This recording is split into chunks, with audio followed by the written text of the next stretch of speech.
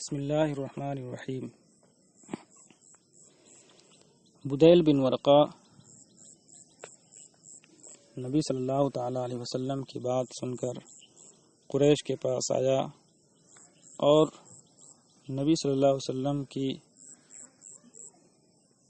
بات ان کے سامنے رکھی۔ فقام عروۃ بن مسعود، تو عروہ بن مسعود اٹھا، فقال اے قوم الست بالوالد، پھر کہا اے میری قوم، کیا میں والد کے درجے میں نہیں ہوں؟ یعنی شفقت و محبت میں کیا میں تمہارے والد کے درجے میں نہیں ہوں؟ قالوا بلا، لوگوں نے کہا ہاں کیوں نہیں؟ قال اولستم بالولد،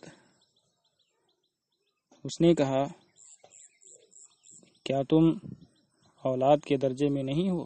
یعنی بہی خواہی میں میری اولاد کے درجے میں نہیں ہو؟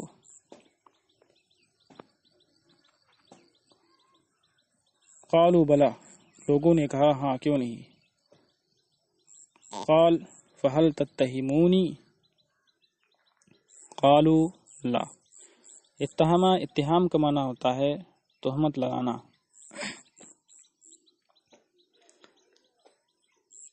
تتہمونی فعل مضارع معروف جمع مذکر حاضر کا صیغہ ہے باب افتعال سے۔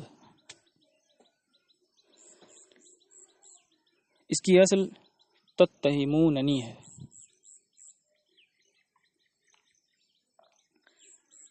نون اعرابی کو حذف کر دیا گیا ہے، نون وقایا باقی ہے اور اس کے بعد یا ضمیر مفعول بھی ہے۔ جب نون وقایا نون اعرابی کے ساتھ جمع ہو تو صورت میں تین صورتیں جائز ہیں: ادغام کے ساتھ، فک ادغام اور ایک نون حذف کے ساتھ پڑھنا، اور تینوں صورتوں کے ساتھ قرآن میں پڑھا بھی گیا ہے۔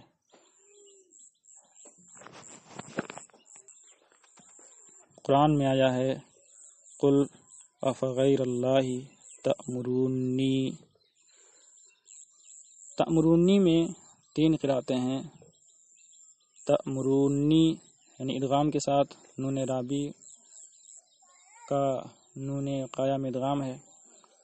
دوسری قرات ہے تأمروننی فک ادغام کے ساتھ یعنی اصل پر، اور تیسری قرات بھی ہے تأمرونی ایک نون حذف کے ساتھ۔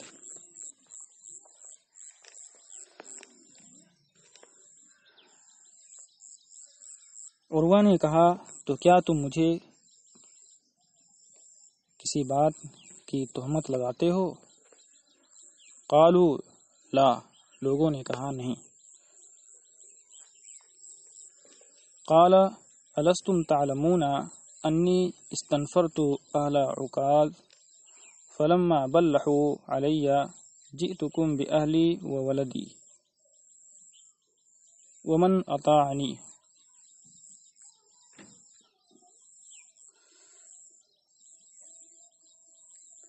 استنفار کا معنی ہوتا ہے مدد مانگنا، مدد کے لیے بلانا۔ بلحا یبلحو کا معنی ہوتا ہے عاجز ہونا۔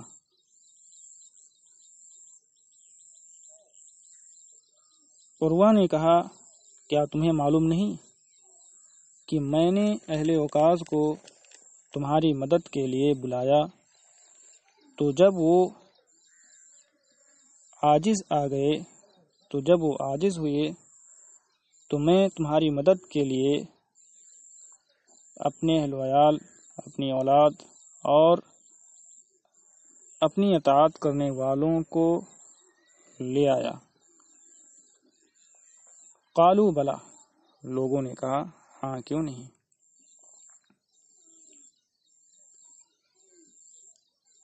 قال فإن هذا قد عرض لكم خطة رشد اقبلوها۔ عرض یارزو پیش کرنا، خطۃ رشد اے امر خیر و صلاح۔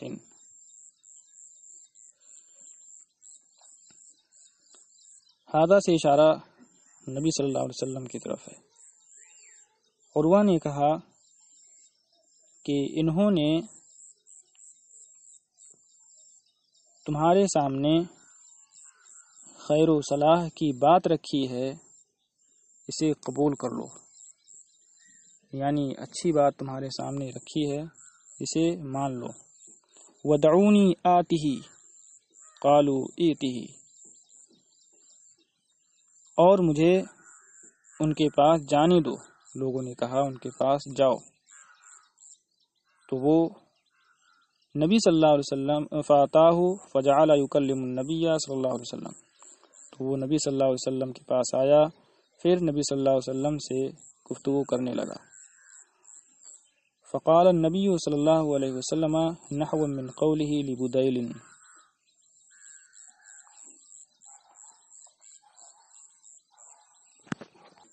تو نبی صلی اللہ تعالی علیہ وسلم نے اس سے اسی طرح فرمایا جیسے آپ نے بدیل سے فرمایا تھا۔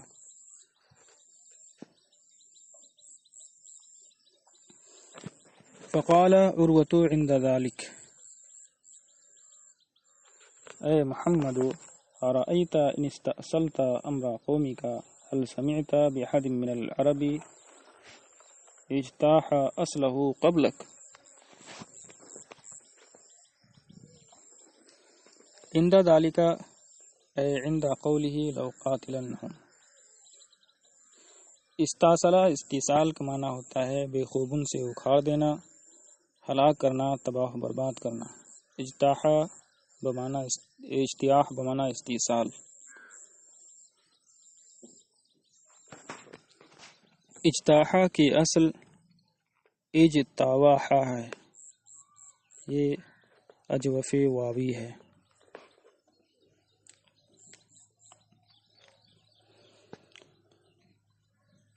تو عروہ نے اس وقت کہا اے محمد بھلا بتاؤ، ارائیت بمعنی اخبرنی، بھلا بتاؤ کہ اگر تم اپنی قوم کو تباہ کر ڈالو تو کیا تم نے عرب کے کسی آدمی کے بارے میں سنا ہے کہ آپ سے پہلے اس نے اپنی ہی اصل کو اکھاڑ پھینکا ہو؟ وَإِن تَكُنِ الْأُخْرَى فَإِنِّي وَاللَّهِ لَأَرَى وُجُوهًا وَإِنِّي لَأَرَى أَشْوَابًا مِنَ النَّاسِ خَلِيقًا أَن يَفِرُّوا وَيَدَعُوكَ۔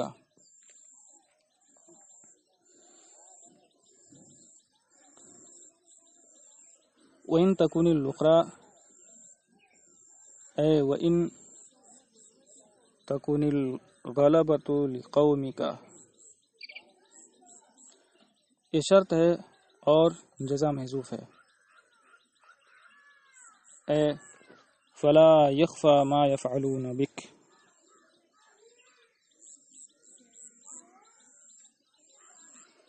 اور فإنی واللہ یہ جملہ اسی جزا کی تعلیل ہے۔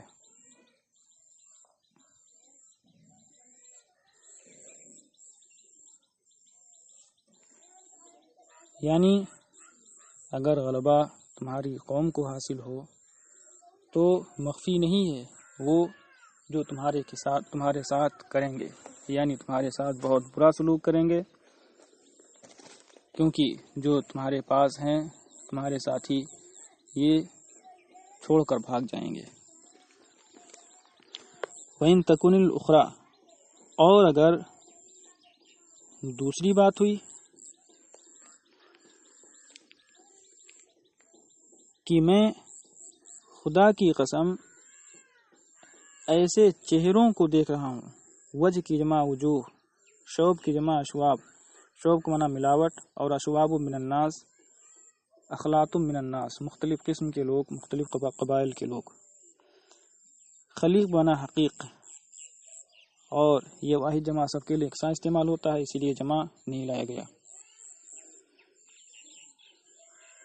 کہ میں خدا کی قسم کچھ چہروں کو دیکھ رہا ہوں اور میں مختلف قسم کے لوگوں کو دیکھ رہا ہوں جو اس لائق ہیں کہ وہ آپ کے پاس سے بھاگ جائیں گے اور آپ کو چھوڑ دیں گے۔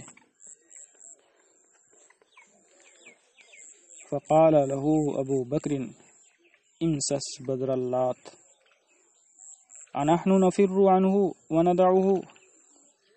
مسا یا مسو اس کا معنی ہوتا ہے چوسنا، باب سمیہ سے ہے۔ بدر کے بہت سارے معنی بتائے گئے ہیں۔ بدر کا معنی عورت کی شرمگاہ، بدر کا معنی عورت کی شرمگاہ کا ابھرا ہوا حصہ۔ لات اس بت کا نام ہے جسے قریش اور ثقیف کے لوگ جس کی پوجا کرتے تھے۔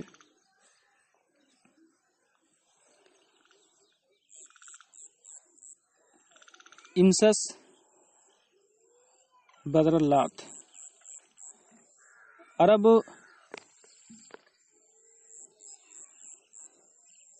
کے لوگ گالی گلوج کے وقت اس کا استعمال کرتے تھے اور بدر کی نسبت ماں کی طرف کر کے کہتے تھے لیمسس بدر امہ۔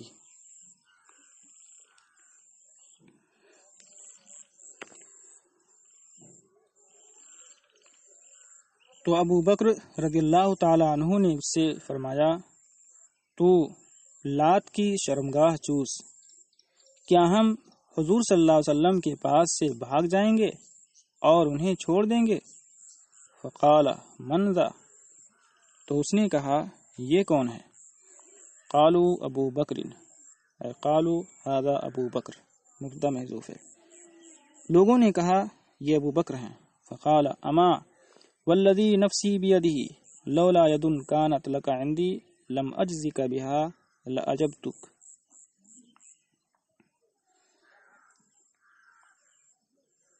ید کا معنی احسان، ید کا اصل معنی تو ہاتھ ہوتا ہے، لیکن چونکہ ہاتھ احسان، انعام و اکرام کا سبب اور ذریعہ ہوتا ہے، اس لیے سبب بول کر کے مسبب یعنی احسان مراد لیا جاتا ہے۔ تو یہ ید بمعنی احسان بطور مجاز مرسل ہے، سبب بول کر مسبب مراد لیا گیا ہے۔ ید کی جمع ایادی۔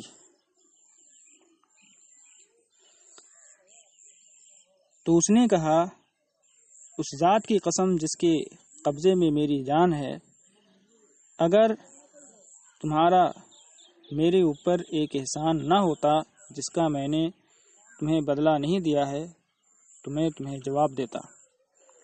قال وجعل یکلم النبی صلی اللہ علیہ وسلم، راوی کا بیان ہے، اور وہ نبی صلی اللہ علیہ وسلم سے بات کرنے لگا، گفتگو کرنے لگا۔ فکلما کلمہ اخذ بلحیتہ والمغیرۃ بن شعبۃ قائم علی راس النبی صلی اللہ علیہ وسلم ومعه السیف وعلیہ المغفر۔ تو جب نبی صلی اللہ علیہ وسلم سے بات کرتا آپ کی داڑھی مبارک کو پکڑتا، لحیہ کا معنی داڑھی جمع لحا اور لحا ہے، اور مغیرہ بن شعبہ رضی اللہ تعالی عنہ نبی صلی اللہ علیہ وسلم کے سر کے پاس کھڑے تھے، سرہانے کھڑے تھے، اور آپ کے ساتھ تلوار تھی اور آپ کے اوپر مغفر کی جمع مغافر ہے۔ مغفر کا معنی خود، وہ آہنی ٹوپی جسے جنگجو لڑائی کے وقت استعمال کرتا تھا، اور ان کے اوپر خود یعنی آہنی ٹوپی تھی۔ فکلما اہوى عروۃ بیدہ الی لحیۃ النبی صلی اللہ علیہ وسلم ضرب یدہ بنعل السیف۔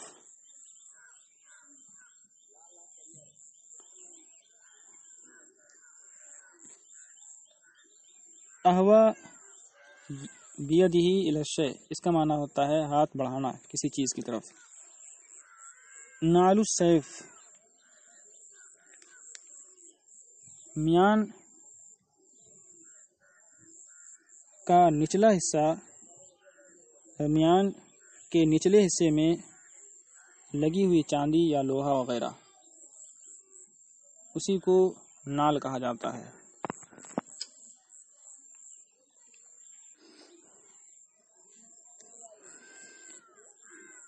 تو جب عروہ نبی صلی اللہ علیہ وسلم کے ریش مبارک کی طرف اپنا ہاتھ بڑھاتا،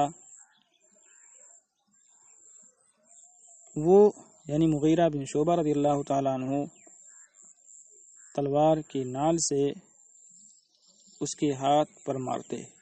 وقال اخر یدک عن لحیتی رسول اللہ صلی اللہ علیہ وسلم، اور فرماتے اپنا ہاتھ رسول اللہ صلی اللہ علیہ وسلم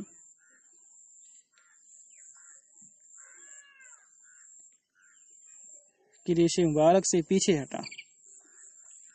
فرفع عروۃ راسہ فقال من ھذا، تو عروہ نے اپنا سر اٹھایا پھر بولا یہ کون ہے؟ قالوا مغیرۃ بن شعبہ، لوگوں نے کہا مغیرہ بن شعبہ ہیں۔ فقال اے غدر الست اسعى فی غدرتی کا، غدر غادر سے معدول ہے، بمعنی غدار۔ غدرہ غدرہ یغدر اس کا معنی ہوتا ہے دھوکہ دینا، فریب دینا۔ الست اسعى فی غدرتی کا اے الست اسعى فی دفع شر غدرتی کا۔ ہوا یہ تھا کہ حضرت مغیرہ بن شعبہ رضی اللہ تعالیٰ عنہ نے کچھ لوگوں کو قتل کر کے، دھوکے سے قتل کر کے ان کا مال لے لیا تھا، اور اس کی وجہ سے جو دیت ان پر لازم ہوئی تھی تو اس میں عروہ نے تعاون کیا تھا، اسی کا ذکر یہاں کر رہا ہے۔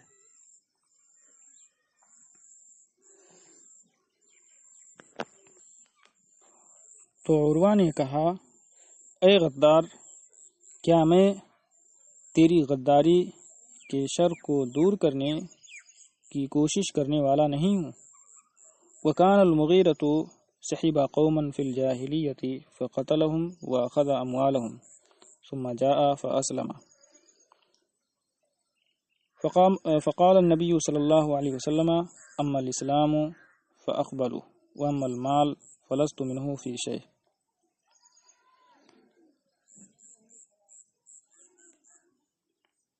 اور مغیرہ بن شعبہ رضی اللہ تعالی عنہ جاہلیت میں ایک قوم کے ساتھ ہوئے تھے، تو انہیں قتل کر کے ان کا مال لے لیا تھا، پھر آ کر مسلمان ہو گئے تھے۔ تو نبی صلی اللہ علیہ وسلم نے فرمایا رہا اسلام تو وہ مجھے قبول ہے، اور رہا مال تو اس سے میرا کوئی تعلق نہیں ہے۔ وَأَمَّا الْمَالُ فَلَسْتُ مِنْهُ فِي شَيْءٍ، اور جو مال لے کر آئے ہو اسے میرا کوئی سروکار نہیں، کیونکہ وہ جو مال لے کر آئے تھے دھوکے سے لے کر آئے تھے قتل کر کے، اور چونکہ وہ ساتھ میں تھے اور امن کی حالت میں کسی مشرک کا بھی مال لینا جائز نہیں ہے، امن کی حالت میں مشرک کو قتل کرنا، اس کا مال چھین لینا یہ جائز نہیں۔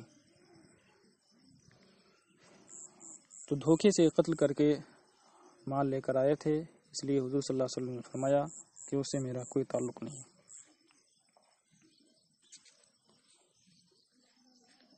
ثم ان عروۃ جعل يرمق اصحاب النبی صلی اللہ علیہ وسلم بعینیہ، رمق یرمقو کا معنی ہوتا ہے ٹکٹکی باندھ کر دیکھنا۔ پھر عروہ نبی صلی اللہ علیہ وسلم کے صحابہ کو ٹکٹکی باندھ کر دیکھنے لگا. قال فواللہ ما تنخم رسول اللہ صلی اللہ علیہ وسلم نخامتا الا وقعت فی کف رجل منہم. تنخما یا تنخمو اس کا معنی ہوتا ہے کھکھارنا، ناک صاف کرنا. نخامہ کا معنی بلغم. کف کا معنی ہتھیلی جمع کف.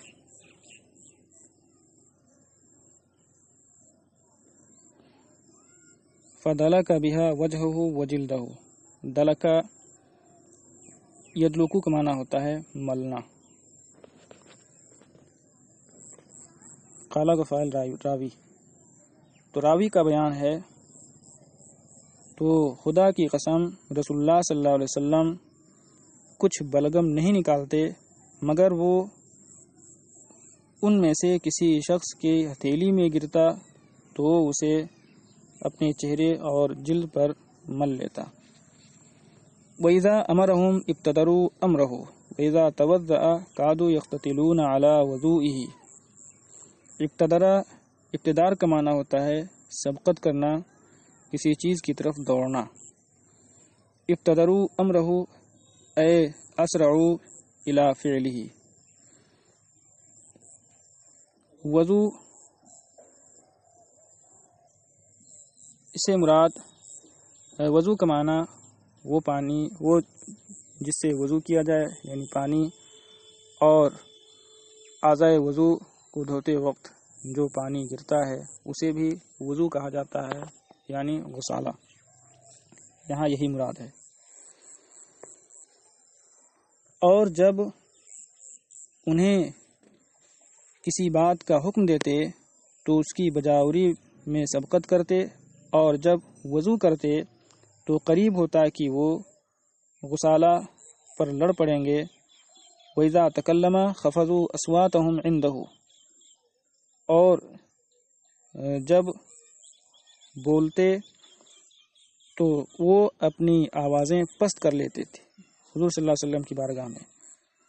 وما يحدوا خفض يخفضوا کا معنی ہوتا ہے پست کرنا ضربہ سے. وما يحدون الیہ النظر تعظیما له. احد احداد کا معنی ہوتا ہے گھور کر دیکھنا، نظر بھر کے دیکھنا، اور ان کی تعظیم میں انہیں نظر بھر کر نہیں دیکھتے ہیں. فرجع عروۃ الی اصحابہ فقال. پھر عروہ اپنے ساتھیوں کی طرف لوٹا اور کہا اے قوم واللہ لقد وفدت علی الملوک ووفدت علی قیصر وکسری والنجاشی واللہ ان رأیت ملکا قط يعظمه اصحابه ما يعظم اصحاب محمد محمدا. ملوک ملک کی جمع ہے. قیصر روم کے بادشاہ کا لقب ہوتا تھا. کسرا فارس کا بادشاہ. نجاشی حبشہ کے بادشاہ کا لقب ہوتا تھا.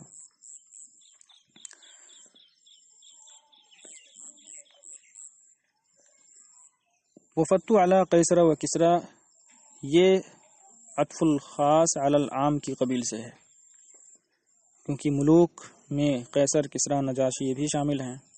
ان کو الگ سے ذکر کیا اور خاص کر انہی تینوں کو ذکر کیا اس لیے کہ اس وقت کے یہ بڑے بادشاہوں میں سے تھے.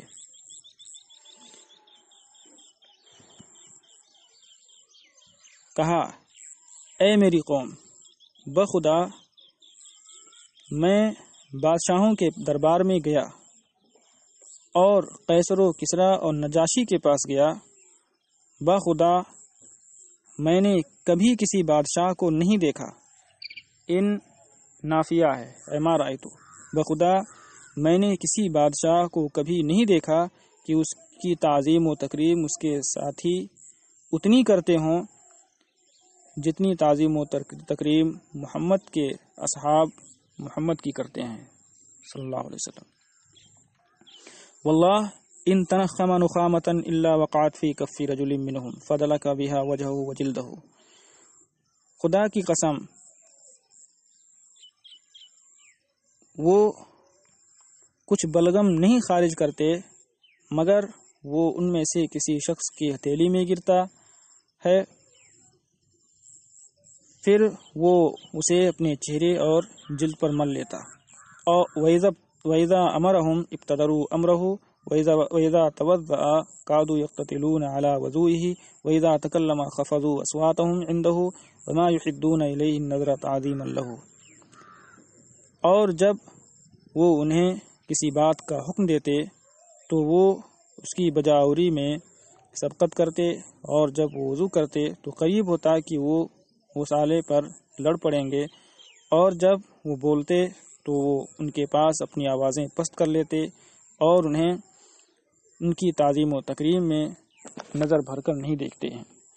وَإِنَّهُ قَدْ عَرَضَ عَلَيْكُمْ خُطَّةَ رُشْدٍ فَاقْبَلُوهَا، اور انہوں نے تمہارے سامنے ایک اچھی بات رکھی ہے، خیر و صلاح کی بات رکھی ہے، تو تم اسے قبول کر لو، مان لو۔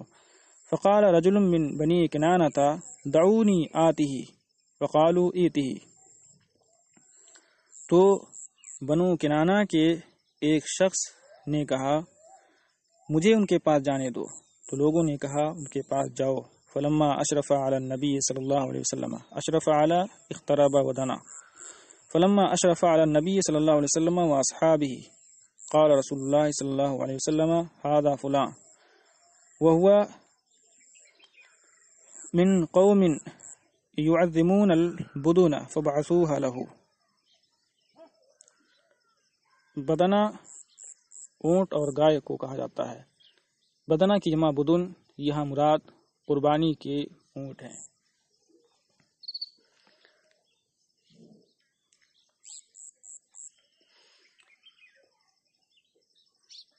تو جب وہ نبی صلی اللہ علیہ وسلم اور صحابہ سے قریب ہوا تو رسول اللہ صلی اللہ علیہ وسلم نے فرمایا یہ فلاں ہے، اور یہ ایسی قوم سے تعلق رکھتا ہے کہ جو قربانی کے جانوروں کی تعظیم کرتے ہیں، لہذا قربانی کے جانوروں کو اس کے لیے اٹھا دو۔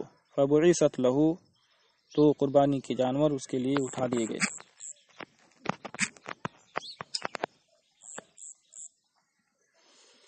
واستقبلہ الناس یلبون، لبا یلبی تلبیہ کہنا، اور لوگوں نے اس کا استقبال تلبیہ کہتے ہوئے کیا۔ فلما رأى ذلك قال سبحان اللہ ما ينبغي لهؤلاء ان يصدوا عن البيت۔ سبحان اللہ یہ تعجب کے طور پر استعمال ہوتا ہے، یہاں تعجب کے لیے ہے۔ صدّ یصدو روکنا، یصدو فعل مضارع جمع مذکر غائب کا صیغہ ہے مجہول۔ تو جب اس نے یہ دیکھا تو بولا سبحان اللہ، ان کے لیے مناسب نہیں ہے کہ خانہ کعبہ سے انہیں روکا جائے۔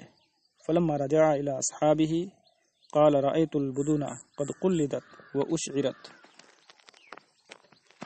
فما ارى ان يصدوا عن البيت۔ قلدہ تقلید کا معنی ہوتا ہے ہار پہنانا، گردن میں پٹا ڈالنا۔ اشعار کا معنی اونٹ کے کوہان میں نیزہ مار کر زخم لگانا جس سے خون بہے، تاکہ یہ علامت ہو جائے کہ یہ قربانی کا جانور ہے۔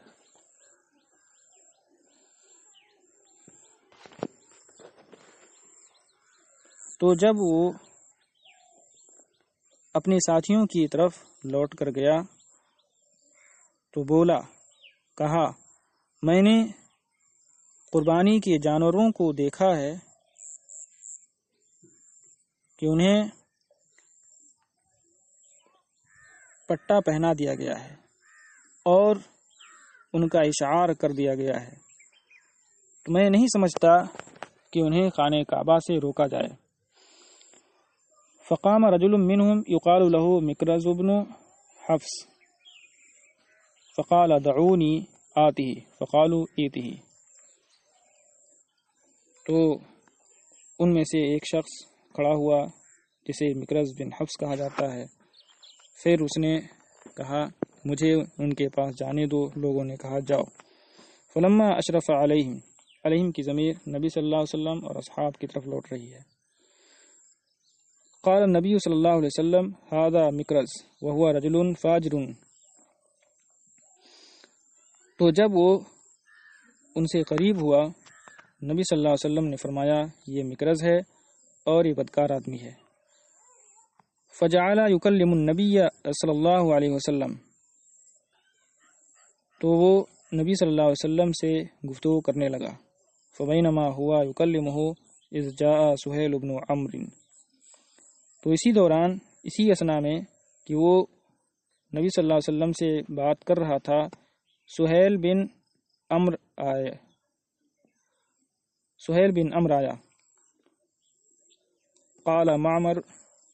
قال معمر فأخبرني أيوب عن عكرمة أنه لما جاء سهيل قال النبي صلی اللہ علیہ وسلم قد سهل لكم من أمركم۔